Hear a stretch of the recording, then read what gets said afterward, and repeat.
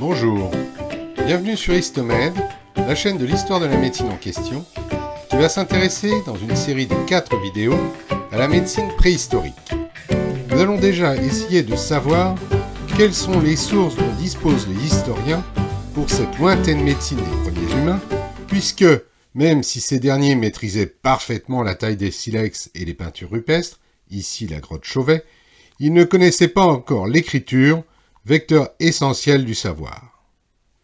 Les historiens n'ont en fait que 2 possibilités pour connaître les maladies qui touchaient nos lointains ancêtres et la manière avec laquelle ils se soignaient, les ethnomédecines et la paléopathologie. Commençons donc par les ethnomédecines. Cette discipline correspond à la médecine encore utilisée dans des peuples primitifs ou dans le contexte des médecines dites traditionnelles. Cette médecine est restée au stade de médecine empirique ou magique, et à ce titre très importante aux yeux des historiens de la médecine, car elle comporte des similitudes avec les médecines anciennes. Le problème est que ces ethnomédecines sont en voie de disparition, et que leur étude impose une grande prudence. On ne trouve en effet pas les mêmes plantes en Amérique aujourd'hui que les premiers soignants en trouvaient dans le Croissant fertile il y a 3000 ans. On ne peut néanmoins nier en bloc la valeur de ces médecines, dont la démarche est différente de la nôtre, notamment dans le rapport qu'elles instituent entre l'homme et la nature, mais aussi entre l'âme et le corps, à l'exemple de la médecine Navarro. Il faut parler de logiques différentes, même si certaines logiques marchent mieux que d'autres, et qu'il faut bien admettre le manque d'efficacité des ethnomédecines par rapport à la médecine occidentale moderne, à l'exemple de la tuberculose dans les réserves indiennes que nous venons d'évoquer. L'autre moyen, pour connaître la médecine des premiers humains, ou proto-médecine, ou paléomédecine, est de faire appel à la paléopathologie. Le nom de cette discipline vient du grec palaios, ancien, pathos, manie, maladie, et logos, mot, explication, étude théorique. La paléopathologie étudie en effet les anomalies et les maladies décelées chez l'homme et les animaux dans les temps anciens.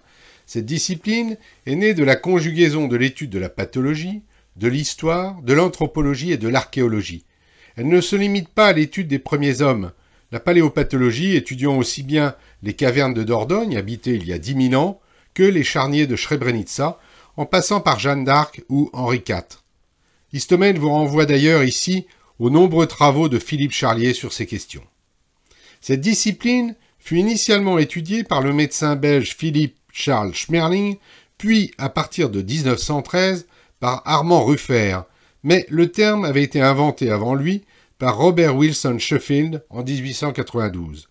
Je vous renvoie cette fois, pour approfondir vos connaissances sur la paléopathologie et surtout sur son histoire, à la lecture du livre de Pierre Charon et de Pierre Tillot, L'invention de la paléopathologie, paru en 2010.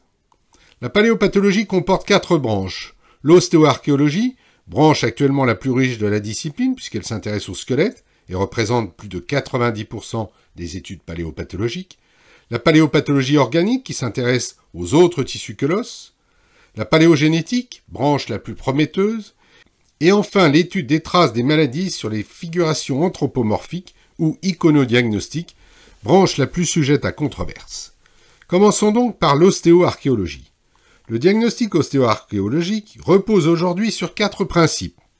Apprécier l'état de conservation du spécimen, avoir une approche globale de l'ensemble lésionnel avec une compréhension physiopathologique de la macroscopie et un recours systématique à la radiographie, qu'elle soit standard ou scanographique. Comme le paléopathologiste doit travailler dans son laboratoire sur des données accumulées par l'archéologue sur le terrain, cela impose de respecter un certain nombre de règles et de suivre ce qui définissait d'ailleurs au départ cette paléopathologie, une méthode d'exhumation, c'est-à-dire de dégager les squelettes en bloc pour une étude in situ. Or, celle-ci dépend grandement du milieu de fouille, à l'exemple de ces squelettes retrouvés dans la vase d'Herculanum, où aucune étude in situ est alors possible, ou alors dans du basalte, dans du sable, ou dans une bogue de calcite. Ainsi, seule une méthode de fouille rigoureuse permettra, une fois au laboratoire, de relier ce morceau qui ne ressemble à rien à une plaque pleurale. Imaginez un amateur ramassant en vrac les os de cette femme et de son fœtus, cela risque de donner un vrai mikado quand on vide la caisse au laboratoire. Revenons à l'ostéopathologie. Cette discipline étudie les fossiles d'animaux, siège de nombreuses fractures, de lésions d'ostomyélite, d'arthrite, d'arthrose, à l'exemple de la goutte des cavernes chez les ours. Les restes humains sont plus rares et plus difficiles à analyser. il s'agit essentiellement d'atteintes osseuses ou dentaires. Les caries apparurent au Mésolithique, soit vers moins 12 000. Il existe 4 limites dans cette étude osseuse. Les altérations post-mortem peuvent créer des pseudopathologies. L'étude est partielle, l'ensemble du squelette n'étant pas toujours retrouvé, et cela peut poser des problèmes pour des maladies systémiques. La rareté, au fur et à mesure que l'on remonte le temps. Rares au paléolithique, les ossements sont plus fréquents au néolithique, et les lésions, comme le matériel d'étude, se dégradent avec le temps. Enfin, la pathologie étudiée sera essentiellement osseuse, par atteinte directe ou indirecte. Cette atteinte osseuse se résume à des lésions de lise, c'est-à-dire de destruction, ou alors de construction osseuse, avec bien sûr tous les stades intermédiaires. De nombreuses limites et pièges attendent le paléopathologiste, à savoir qu'il existe de très nombreuses variantes anatomiques dans la morphologie des os, mais également dans leur nombre, ici à l'exemple du poignet. Mais aussi que les maladies dans les temps reculés avaient une évolution pure, un cours naturel qui n'était pas contrarié par un traitement quelconque, médical ou chirurgical, comme c'est le cas à l'heure actuelle, où on ne laisserait pas évoluer ce méningiosarcome, sans pour cela d'ailleurs être plus efficace. Pour comprendre les processus morbides disparus de nos hôpitaux, le paléopathologiste peut également faire appel aux pièces de musée, comme les moulages en cire, ici du musée Dupuytren, fermé pour cause d'incurie des pouvoirs publics. Il peut également faire appel à des observations récentes dans des pays en voie de développement, où, en l'absence de traitement, la maladie suit un cours plus naturel que dans nos civilisations, à l'exemple de cette neurofibromatose de Recklinghausen. Cette approche explique pourquoi les premiers paléopathologistes, comme Ruffer ou Pagès, dont il sera question un peu plus loin, étaient des médecins coloniaux, le premier en Égypte, le second, ancien navalais, futur directeur du musée de l'homme, à Fort-Lamy. Il faut aussi savoir que les médecins étudient les ossements mis à leur disposition avec les moyens de leur époque, mais aussi selon la mode du moment. Prenons l'exemple du vieillard de Cro-Magnon.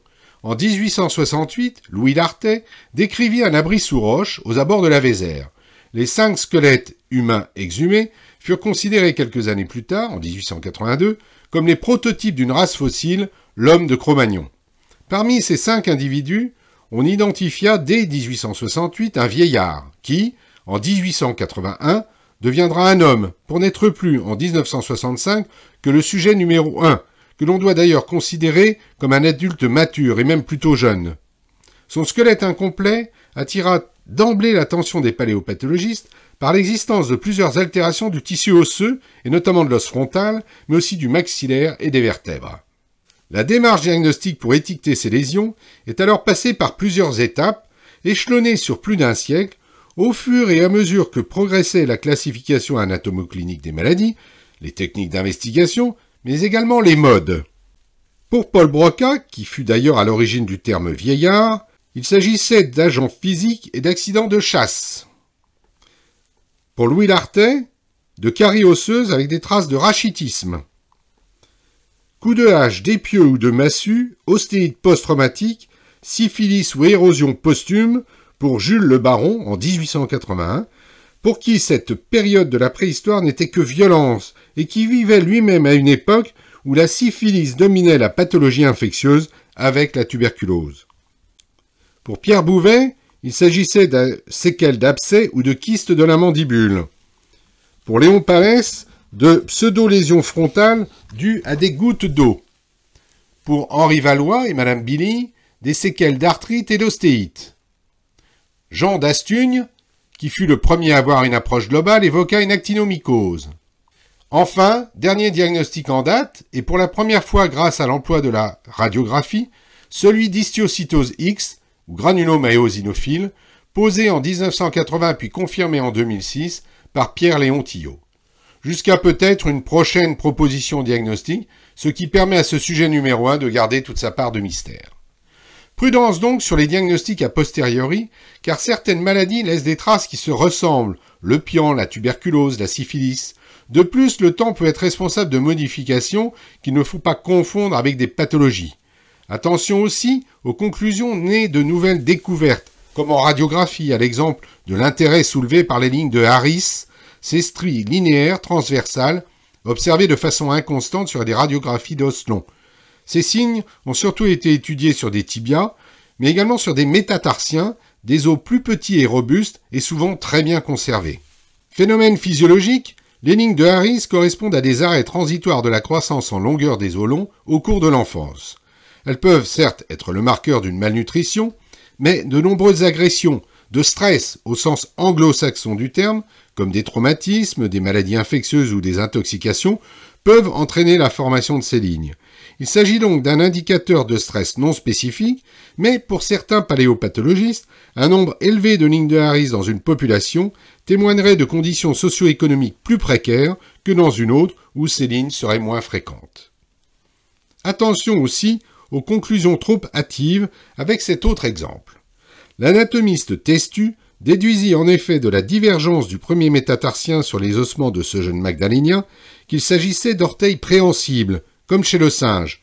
Il ne s'agit en fait que d'un hallux valgus dont l'apparition n'est pas liée au port de la chaussure. Il faut aussi analyser les restes, et ceci sera valable pour les représentations anthropomorphiques, en fonction de nombreux autres paramètres non médicaux, qu'ils soient culturels ou religieux. À l'exemple des têtes allongées retrouvées à Byblos, il ne s'agit pas de crânes dolichocéphales, comme on l'a cru au début, mais de crânes déformés par des techniques d'allongement de la voûte, par des bandages, dans un but esthétique ou religieux. Parfois, aucune conclusion définitive ne peut être portée, même avec nos connaissances actuelles. C'est le cas des Cribra orbitalia, un aspect microporeux de l'os de la région orbitaire, et de l'hyperostose porotique, le même type de lésion mais sur la voûte crânienne. On s'oriente à l'heure actuelle vers une conjonction de facteurs pour expliquer ces aspects. Carence nutritionnelle, état sanitaire médiocre, infections, notamment intestinales, et pratiques culturelles avec des accès variables selon les sujets aux moyens de subsistance. Le mécanisme physiopathologique serait donc une hyperplasie médulaire secondaire à des anémies mégaloplastiques de carence en vitamine B12 chez la mère, mais aggravée chez l'enfant par une alimentation carencée et des infections digestives. Comme on le voit sur ce cliché radiographique de crâne, l'hyperplasie médulaire réactionnelle entraîne en effet une hypertrophie de la médulaire et un amincissement des corticales dans les os contenant de la moelle hématopoïétique. Mais rien ne dit qu'il n'existe pas une autre cause. On sait que des altérations post-mortem peuvent créer des pseudopathologies.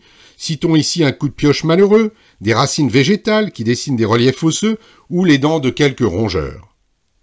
Autre branche de la paléopathologie organique s'intéresse à tous les autres tissus que le tissu osseux, du moins ce qu'il en reste, mais aussi aux coprolites, véritables mines parasitologiques, ou aux lithiases.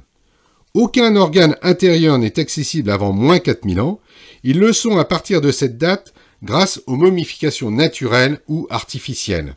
La paléopathologie organique applique alors les méthodes et les techniques diagnostiques médicales à l'analyse des tissus momifiés. Toute la panoplie de la médecine légale des experts au chevet de nos ancêtres. Une véritable approche pluridisciplinaire qui a tendance aujourd'hui à se dissocier en paléobiochimie, paléohistologie, paléoparasitologie, paléoimagerie. Exemple de ce type d'étude chez l'homme des glaces Otzi. Vieux de 5300 ans, ce qui correspond à l'âge du cuivre, il fut retrouvé en 1991 dans les montagnes entre l'Autriche et l'Italie. Il mesurait 1,65 m, taille moyenne pour l'époque, pour environ 50 kg, et il serait mort vers l'âge de 45 ans. Chez Otzi, les différentes techniques d'investigation dont nous avons parlé ont montré de nombreuses pathologies, de l'arthrose, de l'artériosclérose, des fractures costales consolidées, des calculs biliaires, et même un kyste articulaire sur le petit orteil. S'agissait-il de séquelles d'une gelure, ou d'un kyste d'hyperpression, comme on en voit dans l'arthrose chez les marcheurs? On a également retrouvé la présence d'œufs de vers parasites intestinaux, une probable maladie de Lyme, et des niveaux d'arsenic élevés, ainsi qu'une parodontopathie, mais sans carie. Les paléopathologistes ont surtout retrouvé une blessure récente à l'épaule gauche, causée par une flèche retrouvée à la radiographie et qui a provoqué la mort par section de la sous-clavière. L'étude toxicologique des dents d'Otzi a également permis de montrer, par la comparaison de marqueurs comme le strontium ou le plomb, qu'il venait d'une région d'Italie un peu au sud de l'endroit où son corps fut découvert. Autre remarque intéressante sur Otzi, dont le corps était recouvert de lignes et de croix, en fait de fines incisions dans la peau remplies de charbon. Ces marques étaient essentiellement localisées dans des zones les plus sujettes aux blessures ou à la douleur, comme les articulations ou le dos. S'agissait-il d'une pratique de l'acupuncture, d'une sorte de cryothérapie, d'un rite de protection ou d'une simple décoration? La paléopathologie organique s'est bien sûr également intéressée aux dessiccations spontanées, comme ces momies péruviennes ou cette momie copte trouvée sur le site d'Antinoé. Cas particulier de cet homme vieux de 2300 ans, retrouvé dans les tourbières de Tolund, au Danemark, est tellement bien conservé qu'on peut lui prendre ses empreintes digitales. Ces tourbières ont en effet la particularité de protéger les parties organiques et de dissoudre littéralement les parties minérales comme le squelette. Bien sûr, la paléopathologie s'est également penchée sur les momies égyptiennes et leurs produits d'éviscération contenus dans les vases canopes sur lesquels nous reviendrons. Troisième discipline de la paléopathologie, la paléogénétique, est sans doute la discipline la plus prometteuse. Il s'agit d'une discipline de la biologie qui s'intéresse à la récupération et à l'analyse des différentes séquences d'acides nucléiques des organismes du passé à partir de leurs restes fossiles, et notamment les os, les phanères et surtout les dents. Elle s'intéresse aussi à l'ADN ancien présent sur différents substrats, comme les sédiments. On parle alors d'ADN environnemental.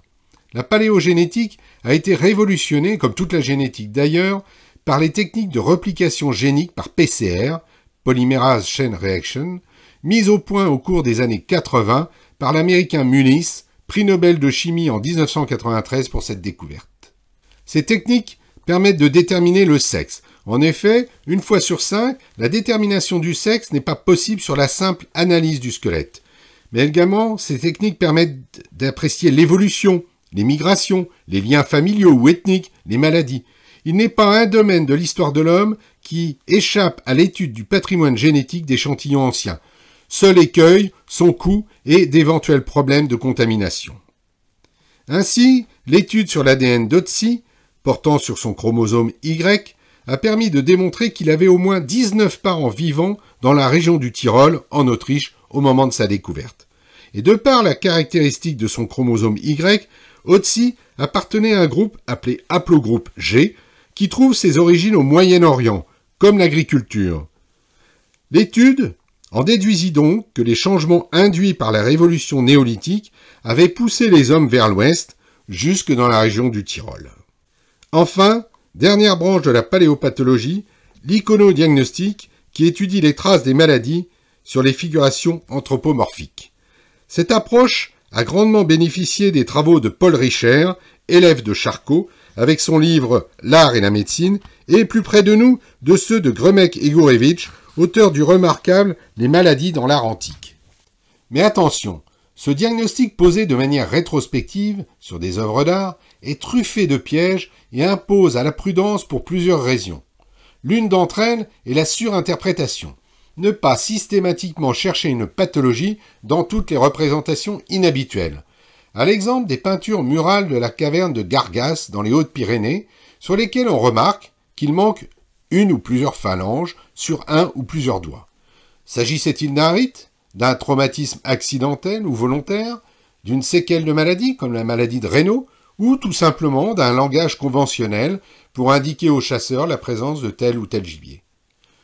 L'autre piège serait de ne pas tenir compte du contexte artistique ou culturel dans lequel vivait l'artiste, ses influences, ses croyances, le but recherché. Il est évident qu'une œuvre représentant un événement mémorable, un personnage illustre, ne doit pas être interprétée comme une scène de la vie quotidienne ou une scène de la mythologie. À l'exemple de cette obésité supposée chez la femme préhistorique, comme pourrait le laisser penser la Vénus de Willendorf, cette statuette de Dolny Vechtonice, ou la Vénus à la corne de Lossel, on sait maintenant que ces représentations étaient surtout des allégories de la fécondité. Surtout, l'iconodiagnostic ne peut et ne doit aboutir à un diagnostic de certitude, que l'on ne peut d'ailleurs jamais affirmer, qu'après confrontation avec d'autres données de paléopathologie, à l'exemple de cette gibbosité sur mal de pote, retrouvée à la fois sur la statuette et sur la momie. Maintenant que nous savons comment étudier les restes de nos lointains ancêtres, posons-nous la question de savoir de quoi ils souffraient. La réponse, c'est sur Histomed, la chaîne d'histoire de la médecine en question.